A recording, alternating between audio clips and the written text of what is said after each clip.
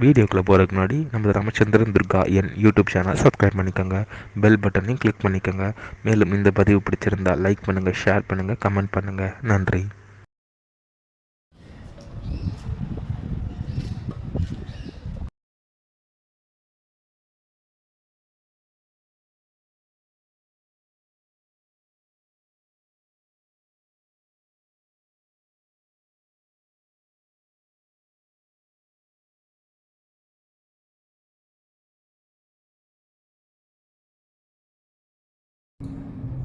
ஸ்ரீ குருப்யோ நமः. ஹரி ஓம். ஸ்ரீ மகாகணாதிபதியே நமः. அனைவருக்கும் முதற்கண் கோடான கோடி நமஸ்காரங்கள், வணக்கங்கள், வந்தனங்கள். அனைவருக்கும் அன்பு கலந்த இனிய ஆசீர்வாதங்கள். நமது ராமச்சந்திரன் துர்காயன் என்ற யூடியூப் சேனலிலே பராப வருஷம் வைகாசி மாதத்தில் நிகழவிருக்கும் நவகிரகங்களிலேயே 100% சுபக்கிரகமாக இருக்கக்கூடிய பிரகஸ்பதி கிரக பகவான் குரு பகவான் புதன ராசியிலிருந்து கடக ராசிக்கு பெயர்ச்சியாகிறார். அதை பற்றி ஒவ்வொன்றாக சொல்லி வருகின்றோம். இன்றைய தினம் மேஷராசி மெய்யன்பர்களுக்கு பற்றி சொல்ல இருக்கின்றோம். மேஷராசி மெய்யன்பர்களுக்கு முக்கியமான ஒரு விஷயம் என்னவென்றால், தங்களுக்கு தற்போது 7.5 வருடத்து சனியும் இதே குரு பெயர்ச்சியும் தடையில்லாமல் இருப்பதால் ஸ்லோகமானது சொல்கின்றேன். இந்த ஸ்லோகத்தை தாங்கள் அனைவரும் தினந்தோறும் சொல்லிவிட்டு உங்களது பணியை செய்யுங்கள். நிச்சயமாக கண்டிப்பாக தங்களுக்கு சாதகமாக அமையும். தேவானாஞ்ச ருஷீனாஞ்ச குருங்காஞ்சன சந்நிபம் புத்திபூதம் த்ரிலோகேஷம் தம் நமாமி ப்ருகஸ்பதிம் நீலாஞ்சன சமாபாசம் ரவிபுத்திரம் யமாக்ரஜம் சாயாமார்த்தாண்ட சம்பூதம் தம் நமாமி சனைச்சரம். அப்படின்ட்டு இந்த 2 ஸ்லோகத்தையும் தினந்தோறும் சொல்லிட்டு உங்களுடைய பணியை ஆரம்பியுங்கள் என்று அன்புடன் கேட்டுக்கொள்கின்றேன். இனி பதிவிற்கு போகும். ஸ்ரீராமலியம் குரு பெயர்ச்சி பலன்கள். தமிழ் வருஷம் பராபக வருஷம் 5127, பிளவங்க வருஷம் 5128, ஆங்கில வருஷம் 2026, 2027 பற்றிய முழு விளக்கம் நமது ராமச்சந்திரன் துர்காயன் என்ற யூடியூப் சேனலில் குரு பெயர்ச்சி பலன்கள்.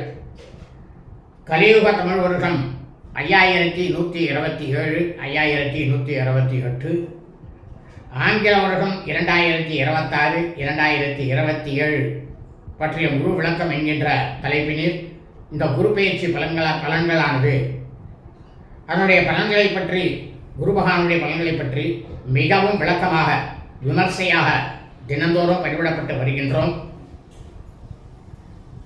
அதன் அடிப்படையிலே இன்றைய நமது சேனலில் இன்றைய வீடியோ பதிவானது நவ கிரகங்களிலேயே 100% சுபக்கிரகமாக இருக்கக்கூடிய பிரகஸ்பதி கிரகம் குரு கிரக பகவான் புதன ராசியிலே கடகராசிக்கு பராபவ தமிழ் வருஷம் வைகாசி மாதம் 12/2/5167 நாள் 26/5/2026 செவ்வாய்க்கிழமை என்று காலை 11:01 மிதுனம் ராசியிலிருந்து கடகராசிக்கு பெயர்ச்சியாகிறார். இவர் கடகராசியில் பிளவங்க வருஷம் வைகாசி மாதம் 5128 வரை இருப்பார். ஆகவே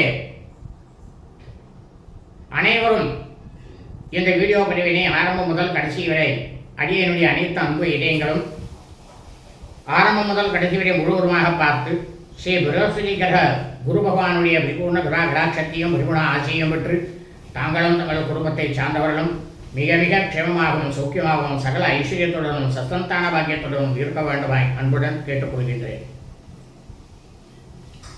இன்றைய பதிவானது பிரகஸ்பதி கிரகம் குரு பகவானுடைய குரு பெயர்ச்சி. மேஷம் ராசியை சார்ந்த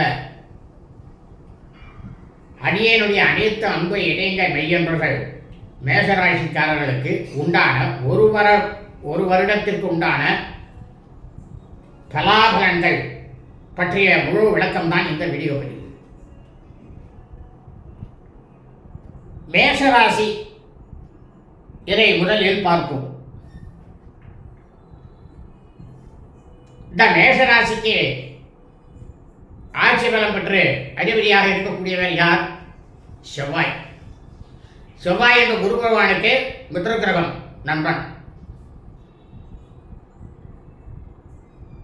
இந்த மேஷராசியில் இருக்கக்கூடிய நட்சத்திரங்கள் அஸ்வினி நட்சத்திரம் 1ஆம் பாதம், 2ஆம் பாதம், 3ஆம் பாதம், 4ஆம் பாதம். இந்த அஸ்வினி நட்சத்திரத்துக்கு அதிபதி யார்? கேது பகவான். இந்த கேது பகவான் யார்? ஞானகாரகன். அவனுக்கு ஞானத்தை கொடுத்தது யார்? இந்த குரு பகவான் உபதேசம் பண்ணது. ஆக அஸ்வினி நட்சத்திரத்தில் பிறந்தவர்களுக்கு இந்த குரு பகவானுடைய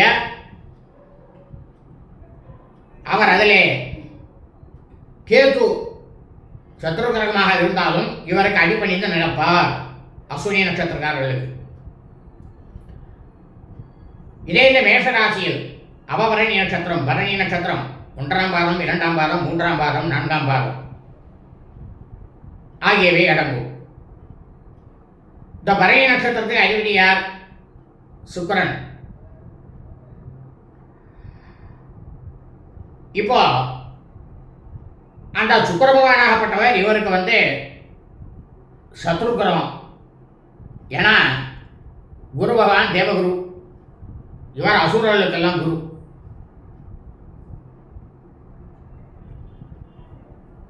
அதே மேஷராசியில் கிருத்திகை நட்சத்திரம், கார்த்திகை நட்சத்திரம் 1ஆம் பாதம் மட்டும் அடங்கும். இந்த கார்த்திகை நட்சத்திரத்துக்கு அதிபதியார் சூரிய பகவான். இந்த சூரியன் சூரிய பகவானாகப்பட்டவர் குரு பகவானுக்கு மித்ர கிரகம், நண்பன்.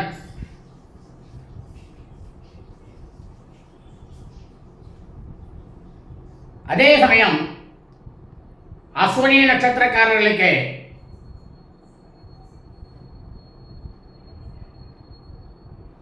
அந்த நட்சத்திரத்தில் பிறந்தவர் யார் என்றால் சித்திரகுப்தன்.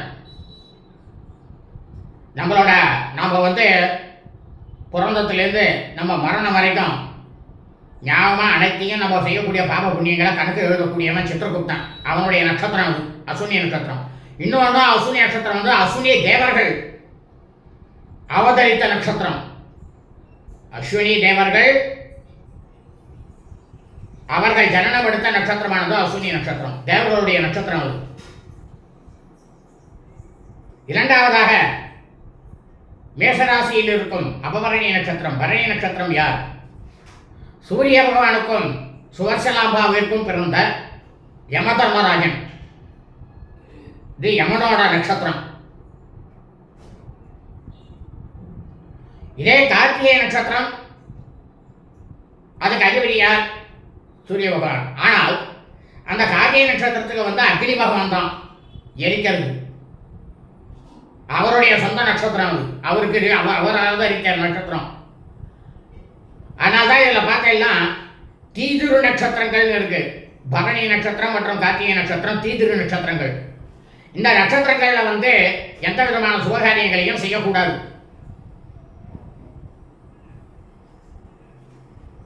நம்மளுடைய அன்றாட பணிகளை செய்யலாம். அதில் தான் பிறந்த நாளும் வரும், அதில் தான் அறுதாண்ட யானமும் வரும், சராபிஷேகமும் வரும், எல்லாம் வரும் அந்த தீதிர நட்சத்திரத்தில். இதெல்லாம் அன்றாட பணிகளில் போயிடும். மற்றபடியே இருக்கக்கூடிய சுபகாரியங்கள் எதையும் இந்த நட்சத்திரத்தில் செய்யக்கூடாது.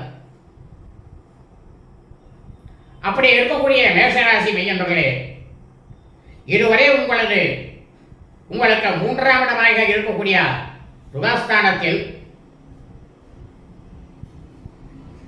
மிதுன ராசியில் அமர்ந்து கொண்டு 1 வருட காலமாக உங்களுக்கு பலனை கொடுத்திருந்த குரு பகவான் தற்போது உங்களது ராசிக்கு 4ஆம் வீடாக இருக்கக்கூடிய கடக ராசிக்கு, அதாவது அர்த்தாஷ்டமஸ்தானம் மாத்ருஸ்தானத்திற்கு செல்ல போகிறார்.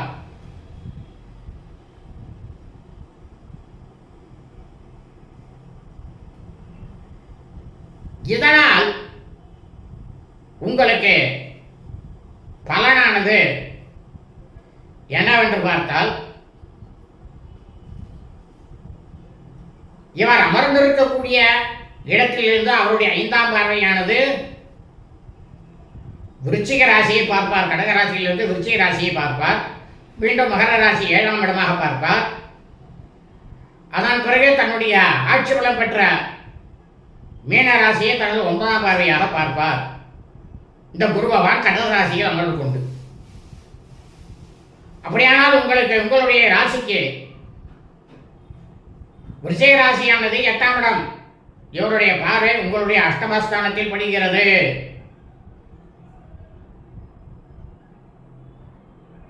அதன் பிறகு தொழில் ஸ்தானமாக இருக்கக்கூடிய 10ஆம் இடம்.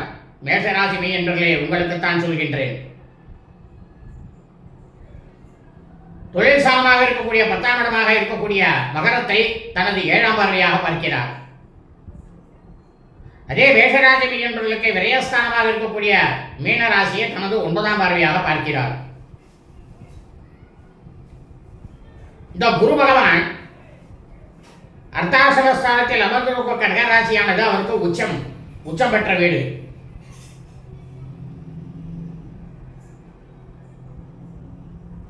ஆகவே மேஷ ராசியில் பிறந்த மெய்யன்பர்கள் அனைவரும் ஏற்கனவே உங்களுக்கு 7 வருஷத்து சனி வேற.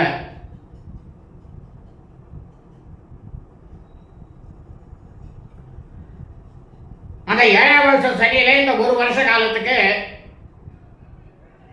இவருடைய பிரகஸ்பதி குரு பகவானுடைய பார்வையானது உங்களுக்கு விரயஸ்தானம். அந்த விரயஸ்தானத்தில் அவருடைய ராசியில 9ஆம் பார்வையா படுறதுனால இந்த 7 வருஷத்து சனியானது உங்களுக்கு இந்த 1 வருஷத்துக்கு சற்று குறைவாக இருக்கும். ஏன்னா குரு தான் அந்த இடத்துல பிரதானம். இந்த 1 வருஷ காலத்துக்கே சனியினுடைய அந்த 7 வருஷத்து சனி உங்களை அவ்வளவு தூரம் எதுவும் தொல்லைப்படுத்தாது. ஆனா அர்த்தாஷ்டமஸ்தானத்தில் அமர்ந்திருக்கக்கூடிய அந்த இடம், அமர போற இடம், உங்களை பல விதத்தில் தொல்லைகளில் இழுத்து கொண்டு செல்லும்.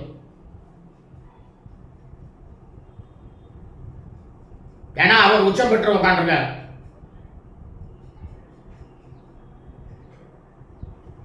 அதாவது படிப்புல மந்தம் வரும், உத்தியோகம் அனுதேசையாக கிடைக்காது. உத்தியோகத்தில் நமக்கு பதவி உயர்வு கொடுக்குறேன்னு சொல்லிட்டு நம்மளுக்கு கீழே இருக்கிறவங்களுக்கு பதவி உயர்வு கொடுத்துருவா. வியாபாரத்தில் தொய்வானது ஏற்படும். மேஷ ராசியில் பிறந்த மெய்யன்பர்கள் உங்களுடைய தாயாருக்கு உடல்நிலையானது பாதிப்பானது ஏற்படும்.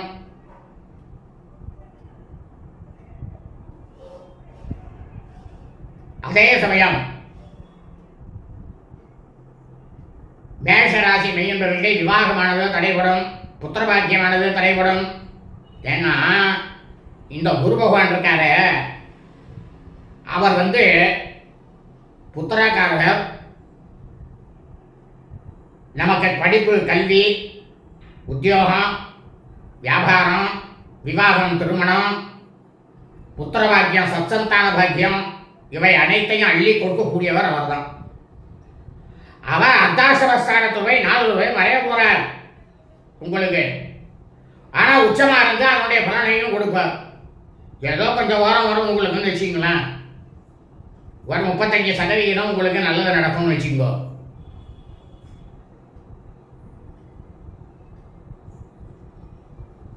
ஆனா இந்த 35% அப்படிதான் நடக்குமா அப்படின்னு பார்த்தீங்கன்னா நிச்சயமா அப்படிதான் நடக்கும்.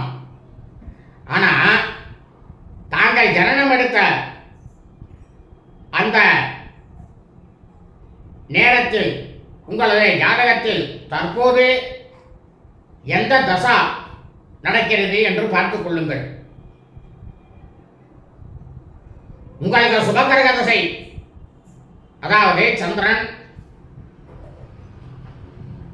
குரு, புதன், சுக்கிரன் ஆகிய தசா நடக்குமேயானால் உங்களுக்கு நல்லது நடக்கும். ஆனால் புதன் தசாவும் சுக்கிர தசாவும் இந்த குரு பயிற்சியினால் உங்களுக்கு வேலை செய்யாது. சுபகிரகமாக இருந்தாலும் அவ்வளவு தூரத்துக்கு வேலை செய்யாது. அதே இந்த குரு பகவான் உங்களுக்கு பகவீடு, அப்ப குரு தசையும் உங்களுக்கு வேலை செய்யாது. ஏன்னா அவர் இந்த வீட்டுக்கு பகை. சந்திரதசை நடந்தால் மட்டும்தான் உங்களுக்கு வேலை செய்யும், நன்னாவே வேலை செய்யும், ஓரளவுக்கு கை கொடுக்கும். அதே சமயம் அசுப கிரக தசைகள் சூரியன், செவ்வாய், சனி, ராகு, கேது, இதில் பார்த்தேன்னா சூரிய பகவானும் செவ்வாய் பகவானும் குரு பகவானுக்கு மித்திருக்கிறோம் நண்பன். ஆனால் இந்த 2 தசையும் இருக்கிறவர்களுக்கு ஓரளவுக்கு நல்லதே நடக்கும். ஆனால் சனி தசையோ அல்லது ராகு கேது தசையோ நடக்குமே ஆனால் சற்று பின்னடைவு தான் ஏற்படும். ஆனால் அதே சமயம் மேஷராசி பெய்யன்றவர்களுக்கு விவாகமாகி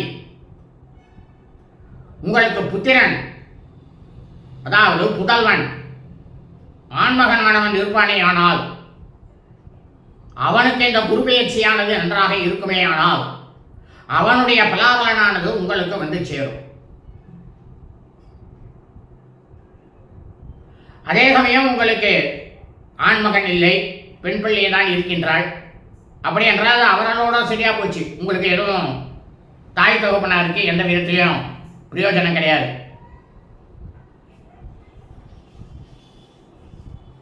அப்படி இருக்கும் பட்சத்தில் எங்கள் குழந்தைகளை எல்லாம் நாங்கள் என்ன பண்ணுறது? உங்களுடைய பாரியாளுக்கு இந்த குரு பயிற்சி நன்றாக இருந்தால் கணவருக்கு அது வந்து சேரும். கணவருக்கு நன்றாக இருக்கு, மனைவிக்கு நன்றாக இல்லை அப்படின்னாக்க கணவர் மூலியமா மனைவிக்கு போய் ஒரு 30% போய் சேரும்.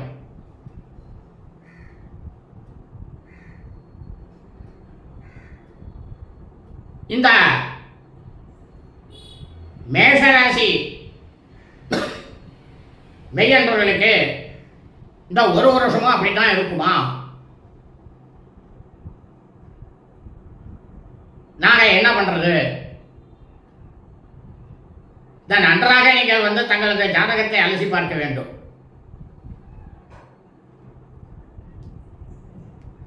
ஜாதகம் என்பது ஒவ்வொரு மனிதனுக்கும் மிக மிக முக்கியம். இதை பற்றித்தான் இந்த ஒரு வருஷம் முழுக்க எப்படி இருக்குங்கிறத ஒரு விளக்கமாக சொல்ல போறோம். மேஷராசி என்பர்களே, இதுவரை உங்களுடைய ராசிக்கு 3ஆம் இடத்தில் இருந்த குரு பகவான் பராபோ வருஷம் 5127 வைகாசி மாதம் 12/2/5127 நாள் 26/5/2026 செவ்வாய்க்கிழமை காலை 11:01 முதல் உங்களது ராசிக்கு 4ஆம் இடமாக இருக்கக்கூடிய அர்த்தாஷ்டமஸ்தானம் அதிலே கடகராசியில் ஐப்பசி மாதம் 3/7/5127 நாள் 20/10/2026 செவ்வாய்க்கிழமை மாலை வரை கடகராசியில் இருப்பார். அப்போ அவர் அர்த்தாஷ்டம ஸ்தானத்தில் இருக்கும்போது உங்களுக்கு என்ன பலன் சொன்னோன்னா அந்த பலன் தான் நடக்கும், அதில் சந்தேகம் கிடையாது. அதன் பிறகு இந்த குரு பகவானாகப்பட்டவர் உங்களது ராசியை பூர்வ புண்ணிய ஸ்தானமாக எனப்படும் 5ஆம் இடமாகிய சிம்ம ராசியில் அதிசாரமாக மார்கழி மாதம் 7/9/5127 நாள் 22/12/2026 வெள்ளிக்கிழமை காலை 10:40 முதல் மாசி மாதம் 1/11/5127 நாள் 13/2/2027 சனிக்கிழமை வரை சிம்ம ராசியில் அமர்ந்து இருப்பார். அப்போ அந்த பூர்வ புண்ணியஸ்தானமானது 5ஆம் இடத்தில் உட்கார்ந்து 9ஆம் இட பார்வையாக பார்க்க போறார். அப்போ உங்களுக்கு என்ன ஆகுது? மார்கழி மாசத்துலேருந்து மாசி மாதம் 1ஆம் தேதி வரைக்கும் உங்களுக்கு ரொம்பவும் பிரமாதமான ஒரு நிலைமையானது ஏற்படும். அந்த 2 மாதத்துக்கு கண்டிப்பாக நடக்கும், அதில் சந்தேகமே கிடையாது.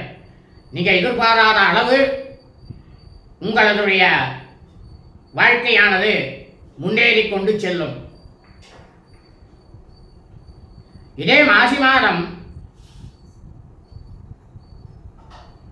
1/11/5127 27ஆம் நாள் 13/2/2027 சனிக்கிழமை பிற்பகல் அதே சிம்மராசியில் அவர் வக்கரமாக ஆகிறார். அதாவது நல்லவனுக்கு வக்கர புத்தி வரப்படாது. இவர் சுபக்கிரமம், இவர் வக்கரமா போகிறார். வக்கரமா போனா என்ன அர்த்தம்? அவர் நல்ல பலனை கொடுக்கக்கூடியவர், சற்று இறங்குகிறார் என்று அர்த்தம்.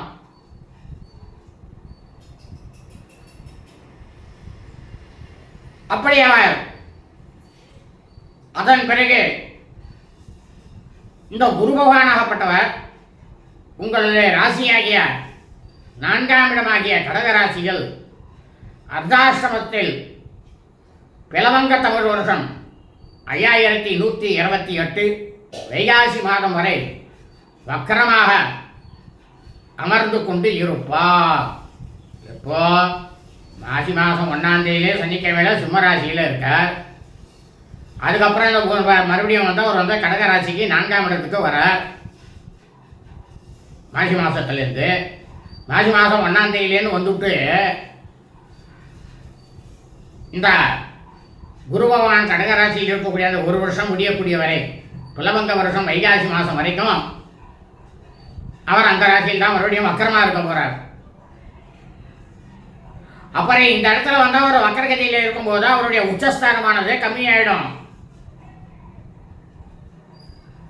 அதாவது எடுத்துக்காட்டு என்னன்னாக்கா, நம்ம கிரகத்தில் இந்த மின்வெளி வழக்கானது எரிஞ்சிட்டு இருக்கு. நல்லா ரொம்ப பிரகாசமாக இருக்கும். திடீர்னு பார்த்தீங்கன்னா கொஞ்சம் வாரம் அந்த வெளிச்சமானது மங்கலாக இருக்கும். அப்போ பார்த்தோம்னா என்ன ஆகுது? அந்த மின்சாரமானது குறைவாக வருகிறதுன்னு அர்த்தம். தேவையான மின்சாரம் இல்லை. அதுபோல தான் வக்கரங்கிறது தேவையான மின்சாரம் இல்லாமல் இருக்கக்கூடிய கிரகம்.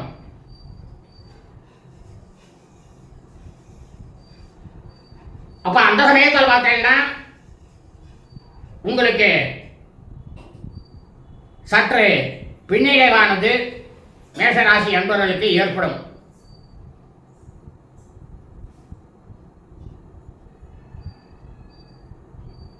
இதை வக்கரமா இருந்துட்டு அப்புறம் என்ன பண்றார்?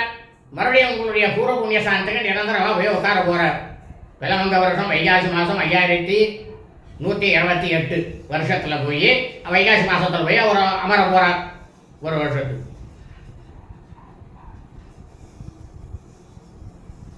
இந்த பலாபலனை பற்றி உங்களுக்கு சொல்லிட்டேன். நிச்சயமா இப்படி தான் நடக்கும், அதில் சந்தேகமே கிடையாது. சரி, இதுக்கு என்ன நிவர்த்தி? நாங்கள் எந்த கோவிலுக்கு போகணும்? நீங்கள் எந்த கோவில் போனாலும் போங்க, நான் உங்களை கோவில் போக வேண்டாம்னு சொல்ல. ஆனால் உங்களுடைய கிரகத்தில் ஒரு முறை கணபதி ஹோமத்தையும் நவகிரக ஹோமத்தையும் உடனடியாக செய்து கொள்ளுங்கள். உங்களை அந்த பெரிய ஆபத்திலிருந்து இந்த குரு பகவானாகப்பட்டவர் உங்களை காப்பாற்றுவார். இதைத்தான் அடியேனால் சொல்ல முடியும். ஏன்னா அது நீங்கள் வாடகை வீட்டில் இருந்தாலும் சரி, சொந்த வீட்டில் இருந்தாலும் சரி, ஏன்னா அக்னி மூலியமாக தான் எல்லா தேவதைகளும் 33 கோடி தேவதைகளுமே திருப்தி அடைவார். நாம் கோவிலில் போய் பார்க்குறோம்னா அதனுடைய பலாபலன் வேற, இதனுடைய பலாபலன் வேற. இதெல்லாம் நீங்கள் புரிஞ்சுக்கணும். நான் கோவிலுக்கு யாரையும் போக மாட்டேன்னு சொல்ல, எல்லாரும் போங்க. அவசியம் நம்ம கோவிலுக்கு எத்தனை பேர் போகிறோமோ அப்போ தான் அந்த சுவாமிக்கு அங்கே பவரானது ஏறும், சக்தியானது ஏறும்.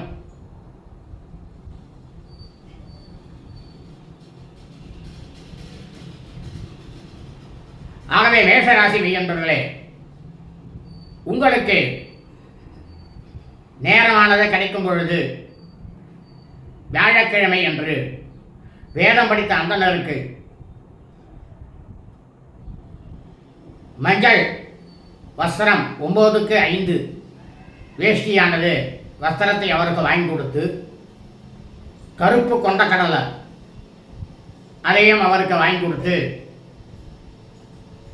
அவரை பிரகஸ்பதி கிரகமாக நினைத்து ஏதாவது வருஷத்தில் ஒரு வியாழக்கிழமை செஞ்சா போதும். அவருடைய பாதங்களில் சாஷ்டாங்கமாக விழுந்து நமஸ்காரம் செய்து கொள்ளுங்கள். இந்த அர்த்தாசிரமஸ்தான குரு பகவானுடைய தாக்கத்திலிருந்து நீங்கள் தப்பித்துக் கொள்ளலாம். இரண்டாவதாக, உங்களது அருகாமையில் உள்ள சிவபெருமான் கோவிலுக்கு சென்று தட்சிணாமூர்த்திக்கு ஒரு தீபத்தையும், நவகிரகத்தில் இருக்கக்கூடிய குரு பகவானுக்கு ஒரு தீபத்தையும், அகல் நீங்கள் தான் எடுத்துட்டு போனோம், வழக்கு திரி நீங்கள் தான் எடுத்துட்டு போனோம், எண்ணெயும் எடுத்துட்டு போனோம், தீப்பெட்டியும் நீங்கள் தான் எடுத்துட்டு போனோம். அங்கே இருக்கிற அகல்லையோ ஏதோ யாராவது வழக்கேற்றி வச்சுருப்பா, அதுலேருந்து எடுத்து வச்சு ஏற்றி வைக்கிறதோ அதெல்லாம் பலனே கிடையாது, பாபங்கள் தான் வரும். நீங்களாக கொண்டு போய் செஞ்சு நீங்களாக செஞ்சேன்னா உங்களுக்கு அதனுடைய பலாபலன் பிரமாதமாக கிடைக்கும். இதுக்கு தான் ஆலயம், கோவில். ஆனால் இங்கே வந்து செய்யாமல் அதை மட்டும் செஞ்சால் என்ன கிடைக்குமா? இதை செஞ்சுட்டு அதை போய் செஞ்சால் கிடைக்கும். ஆகவே மேஷ ராசி மெய்யன்பர்கள் அனைவரும் இந்த வீடியோ பதிவினை ஆரம்பம் முதல் கடைசி வரை முழுவதுமாக பார்த்து அதன் பிரகாரம் இந்த குரு பெயர்ச்சி ஒரு வருட காலத்திற்கு தங்களுடைய வாழ்க்கையை கடைபிடித்துக் கொண்டு தாங்களும் தங்கள் குடும்பத்தை சார்ந்தவர்களும் மிக க்ஷேமமாக இருக்க வேண்டுமாய் அன்புடன் கேட்டுக்கொள்கின்றோம்.